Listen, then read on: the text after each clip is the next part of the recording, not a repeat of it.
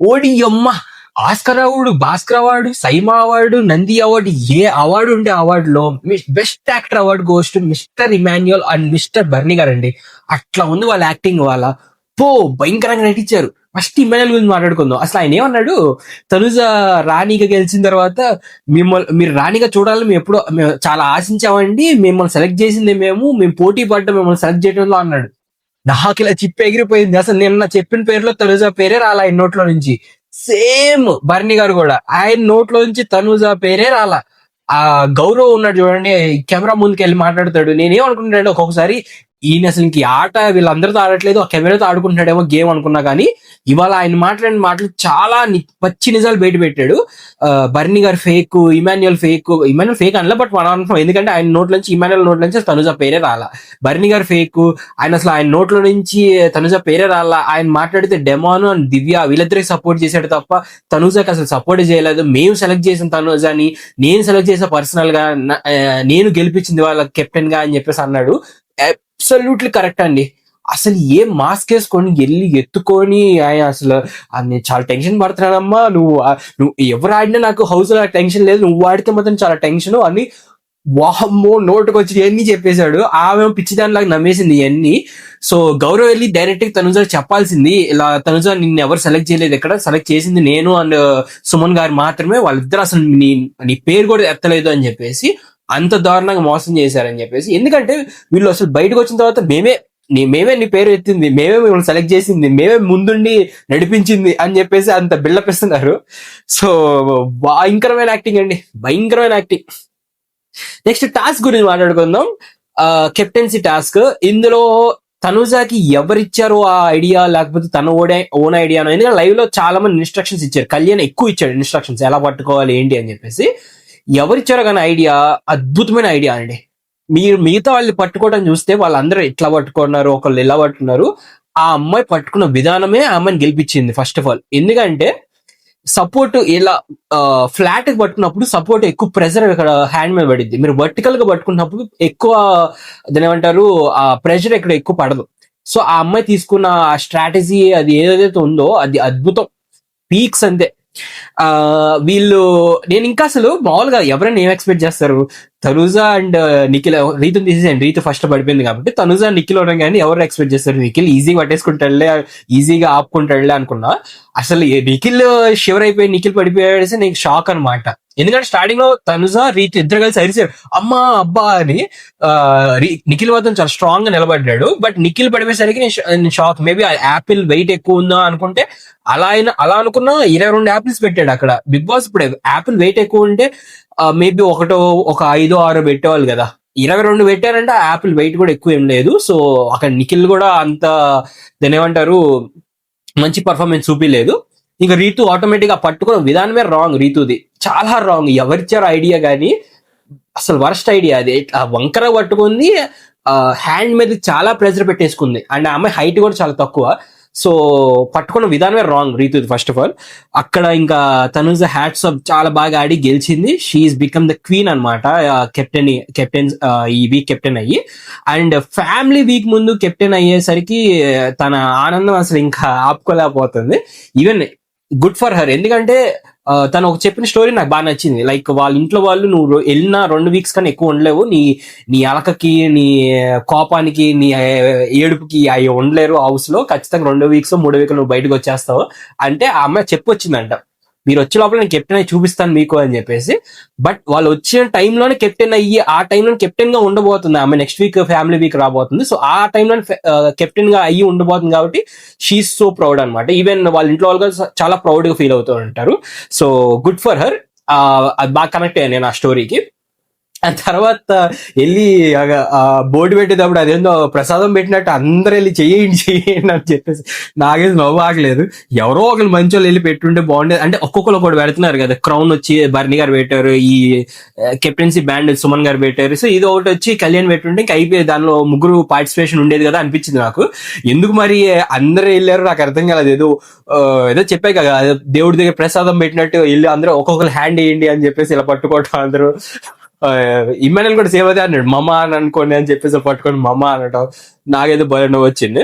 అక్కడ తనుజ అన్న మాట కూడా భలే ఉంది. ఏంటంటే కళ్యాణ్ అంటది అనమాట, ఇవ డ్రీమ్ కమ్ ట్రూ అని చెప్పేసి అందరి ముందు అనేసరికి అదే వెళ్ళి తర్వాత అంటాడు కళ్యాణ్, ఎందుకు అందరి ముందు నువ్వేనా అనుకున్న ప్లాన్ చేసి మరి ఏదైనా అనుకుంటావు అట్లా అని చెప్పేసి, నాకెందుకు కొంచెం ప్లాన్ చేసా అన్నట్టు అనిపించింది ఆ మాట. అంటే ఎందుకు కావాలని అన్నట్టు అనిపించింది అది, నువ్వు యువర్ డ్రీమ్ కమ్ ట్రూ అని. సో అదొకటి.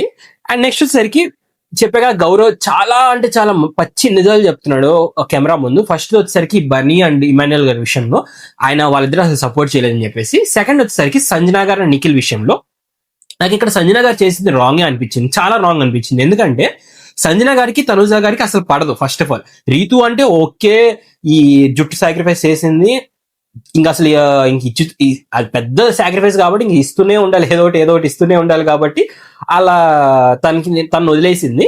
బట్ సెకండ్ నిఖిల్ చేస్తారని ఎవరైనా ఎక్స్పెక్ట్ చేస్తారు, ఎందుకంటే నిఖిల్ అండ్ సంజనా గారు చాలా క్లోజ్, చాలా అంటే చాలా క్లోజ్ హౌస్ లో. సో ఈవెన్ నిఖిల్ కూడా చాలా ఎక్స్పెక్ట్ చేసి ఉంటాడు సంజనా గారు వచ్చి నాకు ఎయిర్లే అన్నట్టు.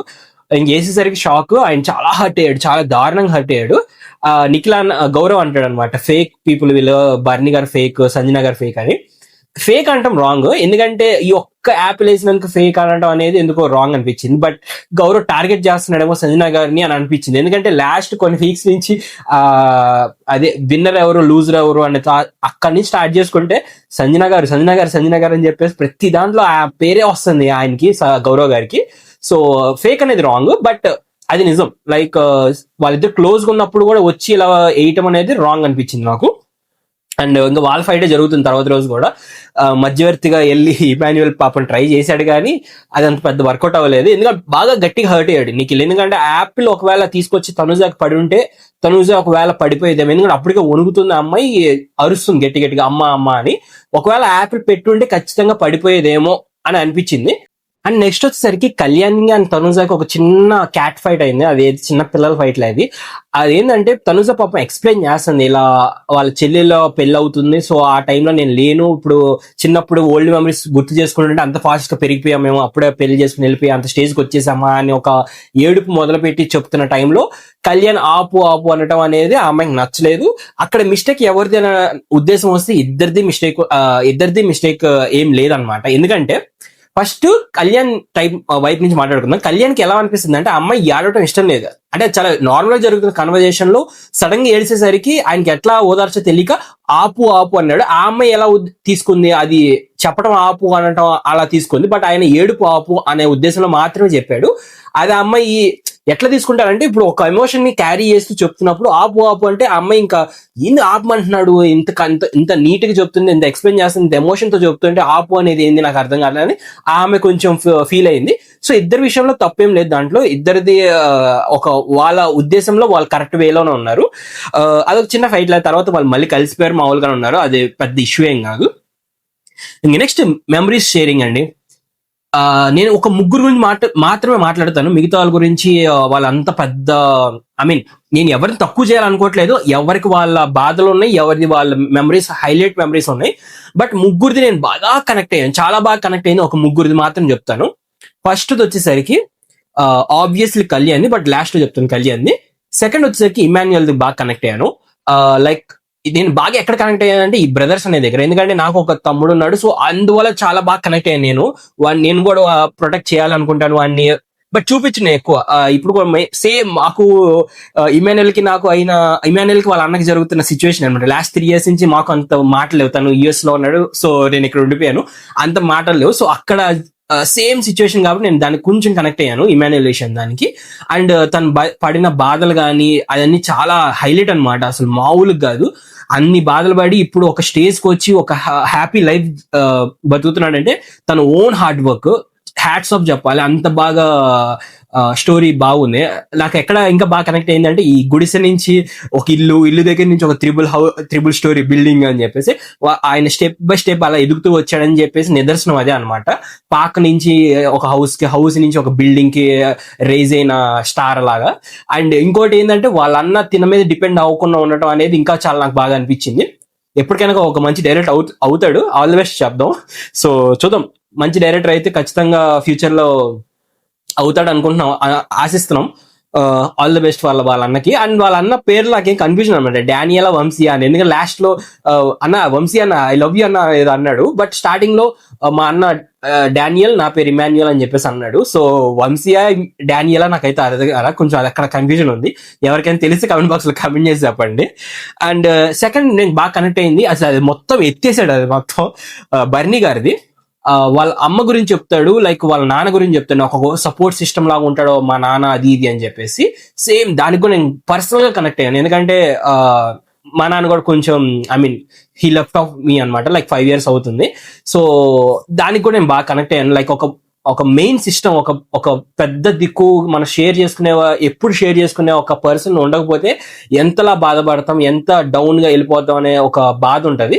ఆ బాధని చాలా బాగా చెప్పారు బర్నీ గారు, ఆయన ఎంత ఫీల్ అయ్యాడు ఏంటి అని చెప్పేసి. చాలా పెద్ద కన్వర్సేషన్ అది. సో అదంతా కట్ చేసేసాడు ఎపిసోడ్ లో. అది ఎవరికైనా లైవ్ ఉంటే చూడండి ఒకసారి, చాలా అంటే చాలా బ్యూటిఫుల్ గా చెప్పారు బర్నీ గారు. అండ్ ఈవెన్ కళ్యాణ్ కూడా మంచి సజెషన్ ఇచ్చారు. పేరెంట్స్ ఎప్పుడు నేను వదిలేసినా అది మంచి కోసమే వదులుతారు, కానీ వాళ్ళు ఏదో నేను కష్టపెట్టాలి, నేను ఏడిపియాలని వదిలిపెట్టరు అని చెప్పేసి చాలా బ్యూటిఫుల్ గా చెప్పారు. అదంతా ఎత్తేసాడు. ఇంకా నెక్స్ట్ థర్డ్ వచ్చేసరికి కళ్యాణ్ ఎంత బాగా చెప్పాడంటే, ఎంత మెచ్యూరిటీతో చెప్పాడంటే ఇక్కడ మీరు ఒకసారి ఆలోచించుకుంటే ఆయన ఒక ఈజీగా వాళ్ళ అమ్మ నాన్నల మీద ఒక నింద వేసేయచ్చు. ఎట్లా అంటే, నన్ను మన అమ్మ నాన్న వదిలేశారు, నన్ను అసలు పట్టించుకోలేదు అని చెప్పి చాలా ఈజీగా చెప్పేయచ్చు. ఆయన అలా చెప్పలా. ఆయన బాధపడుతూనే ఒక పక్క నన్ను వదిలేశారు, నాకు ఒక లోన్లీ ఫీలింగ్ వచ్చిందని చెప్తూనే, ఇంకొక పక్క వాళ్ళు నన్ను వదిలేసినందుకు వాళ్ళు ఎంత బాధపడ్డారో, వాళ్ళు నన్ను మంచిగా పెంచడానికి వాళ్ళు ఎన్ని తిప్పలు పడ్డారో, వాళ్ళు ఇంత స్థాయి నుంచి ఇంత పడిపోయినప్పుడు వాళ్ళు ఎన్ని కష్టాలు పడ్డారో అవన్నీ కూడా నాకు తెలుసు బాగా. సో అందుకని నేనేం అనుకోవట్లేదు, బట్ నాకు ఒక ఫీలింగ్ ఉంటుంది కాబట్టి అది ఎక్స్ప్రెస్ చేస్తున్నాను. హాస్టల్లో లోన్లీగా నేను ఆ వార్డెన్ దగ్గర కూర్చొని ఆ ఫోన్ కోసం వెయిటింగ్ చేస్తున్నాను, ఇలాంటివన్నీ విన్నప్పుడు ఏమవుతుందంటే, నా చైల్డ్హుడ్ నేను అంతేం లేదు, నేను హాస్టల్ ఎక్కువ లేను, నేను ఎప్పుడు మా అమ్మ నాన్నలతో ఉన్నాను. బట్ నేను కొన్ని స్టోరీస్ వింటాయి కదా, నా ఫ్రెండ్స్ కానీ వాళ్ళు ఎప్పుడు నాకు ఒక ఫ్రెండ్ ఉంది, వాళ్ళైతే అసలు ఫస్ట్ నుంచి హాస్టల్లోనే ఉన్నారనమాట. సో అలాంటి వాళ్ళతో కంపేర్ చేసుకున్నప్పుడు బాగా కనెక్ట్ అవుతాం. అరే పాపం కదా, నిజమే కదా, హాస్టల్లో ఉండి వాళ్ళ అమ్మ నాన్న వాళ్ళు నిజంగా ఫీల్ అవుతున్నారు, మిస్ అవుతున్నారు, ఆ ఫీలింగ్ ఉంటది. అంటే ఎప్పుడు కాల్ చేసి ఎప్పుడు వాళ్ళ క్షేమ సమాచారాలు తెలుసుకున్న వాళ్ళు అయితే నో ప్రాబ్లం, బట్ అసలు వదిలేసి వాళ్ళ అలానే లేకపోతే వాళ్ళు మాట వినరు, వాళ్ళకి హోమ్ సిక్ అవుతారు, వాళ్ళతో ఫోన్ మాట్లాడితే అని కొంతమంది ఉంటారు మైండ్ సెట్ పేరెంట్స్. అలాంటి వాళ్ళకి మాత్రం చెప్తున్నాను, అలా ఎప్పుడు అనుకోబాకండి, వాళ్ళతో మాట్లాడితేనే అసలు వాళ్ళు ఎలా ఫీల్ అవుతున్నారు, అక్కడ ఏం జరుగుతున్నాయి అని ఒక మీకైనా క్లారిటీ వస్తుంది. సో అది అయితే చాలా అంటే చాలా మంది కనెక్ట్ అయ్యారు అనిపించింది నాకు కళ్యాణ్ విషయంలో మాత్రం. ప్రతి మిడిల్ క్లాస్ పర్సన్ కనెక్ట్ అవుతారు, ప్రతి మిడిల్ క్లాస్ స్టూడెంట్ కనెక్ట్ అవుతాడు కళ్యాణ్ లో. సో ఈ రోజు అయితే హీరో ఆఫ్ ద ఎపిసోడ్ నాకైతే కళ్యాణే. అంత బాగా ఏడిపించేశాడు అనమాట, అందరినీ ఎమోషనల్ చేశాడు. ఈవెన్ నేను చూస్తున్నప్పుడు మా అమ్మని చూసి మమ్మల్ని కళ్ళలోంచి నీళ్ళు వచ్చేసినాయి అనమాట. అంత బాగా కనెక్ట్ అయ్యారు ఫ్యామిలీ మెంబర్స్ కళ్యాణ్ స్టోరీకి. సో అది అసలు నాకు బాగా నచ్చింది ఏంటంటే, బర్నీ గారిది అసలు మొత్తం హోల్ ఎపిసోడ్ లేపేయటం, అండ్ నిఖిల్ అండ్ గౌరవ్ కూడా చూపించకపోవటం. ఎందుకంటే వాళ్ళిద్దరు చాలా లీస్ట్ లో ఉన్నారు ఓటింగ్ లో. సో వాళ్ళు చూపించుంటే కొంచెం మంచి ఓటింగ్ పడేది అనిపించింది, బట్ అంతకేం చెప్పలేదు అనుకోండి వాళ్ళు ఏమి. బట్ నిఖిల్ క్యూట్ గా ఉన్నాడు, అది చూపించిన ఫోటో బాగుండేది. చాలా క్యూట్ గా ఉన్నాడు, ఎంత బాగున్నాడు నిఖిల్, చాలా బాగున్నాడు. గౌరవ్ కూడా చాలా బాగున్నాడు. గౌరవ్ ఒక చెప్పిన మాట నేను మళ్ళీ చెప్పాలనుకున్నాను, లైవ్ లో చెప్పాడు అది. ఐ మీన్ చెప్తున్నప్పుడు చెప్పలేదు కానీ, వాళ్ళందరూ షేర్ చేసుకున్నప్పుడు చెప్పలేదు కానీ, తర్వాత తెలిసి పర్సనల్ గా నిఖిల్ కి కళ్యాణ్ కి కూర్చొని చెప్తున్నాడు అనమాట. అది నాకు బాగా అనిపించింది. లైక్ గౌరవ్ వెళ్ళి వాళ్ళ నాన్న తను ఏదో పాస్డ్ అవుట్ అంట, ఐ మీన్ పాస్డ్ అవుట్ కాదు, డిగ్రీ సరిగ్గా చేయలేదంట, ఫెయిల్ అని చెప్పాడంట వాళ్ళ నాన్నకి. కానీ ఈయన వదిలేసాడు, డ్రాప్ అవుట్ అంట. ఈ డ్రాప్ అవుట్ అనే విషయం వాళ్ళ నాన్నకి అస్సలు తెలియదంట, ఇప్పటికి కూడా తెలియదంట. కానీ తెలిసడానికి వాళ్ళ నాన్న చనిపోయారంట, వాళ్ళ నాన్న లేరంట ఇప్పుడు ప్రెసెంట్ గౌరవ్ వాళ్ళ నాన్న. సో అది కొంచెం నాకు ఎందుకు ఎమోషనల్ అనిపించింది, అది చెప్పుంటే బాగుండేది, అంటే అందరి ముందు ఎక్స్ప్రెస్ చేస్తుంటే బాగుండేది అనిపించింది. అది కనీసం ఎపిసోడ్ లో పడేది. అందరి ముందు చెప్పేటప్పుడేమో ఆ ఫోటో గురించి రిఫరెన్స్ ఇచ్చి చెప్పాడు, తన పాస్ట్ గురించి కానీ ఫ్యామిలీ ఏంటి అని ఈ డీటెయిల్స్ ఏం చెప్పలేదు అనమాట. సో అందుకని ఎత్తేసారేమో ఎపిసోడ్ లో అనిపించింది. అది మాత్రం నాకు బాగా అనిపించింది గౌరవ్ విషయంలో. సో ఇది మెమరీస్. మిగతా వాళ్ళందరి ఎవరి బాధలు వాళ్ళకే ఉన్నాయి, ఎవరి స్టోరీస్ వారికి ఉన్నాయి, చాలా మంచి స్టోరీస్ ఉన్నాయి. బట్ అంత డీప్ కనెక్షన్ గానీ అంతగా డీప్ కనెక్ట్ అయింది అయితే నేనైతే నా పర్సనల్ గా నా ఒపీనియన్ అయితే నేను ఈ ముగ్గురికే బాగా కనెక్ట్ అయ్యాను. సో ఇంకా అదే memory sharing.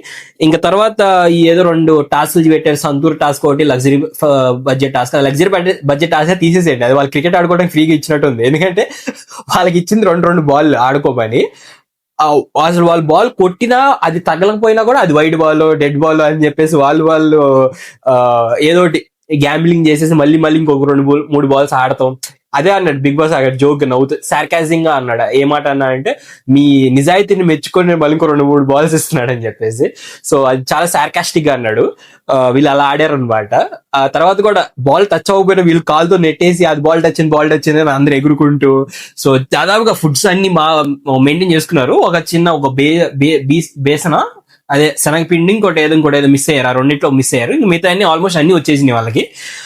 Next Santoor task లో సంజన గారు బాగా చేశారనమాట, బాగా మాట్లాడారు. రీతుది కూడా బాగానే ఉంది, కానీ కొంచెం తడబడింది లాస్ట్ లో. ఆ తడబడటం వల్ల సంజన గారికి గెలిచారనమాట ఆ టాస్క్. తర్వాత వెళ్ళి నోటి దోలగా కళ్యాణ్కి ఏదో అన్నాడు కళ్యాణ్ వెళ్ళి. దానికి పాపం రీతు బాగా హర్ట్ అయింది, వెళ్ళి బాత్రూమ్ లో కొంచెం ఏడవడానికి ట్రై చేసింది.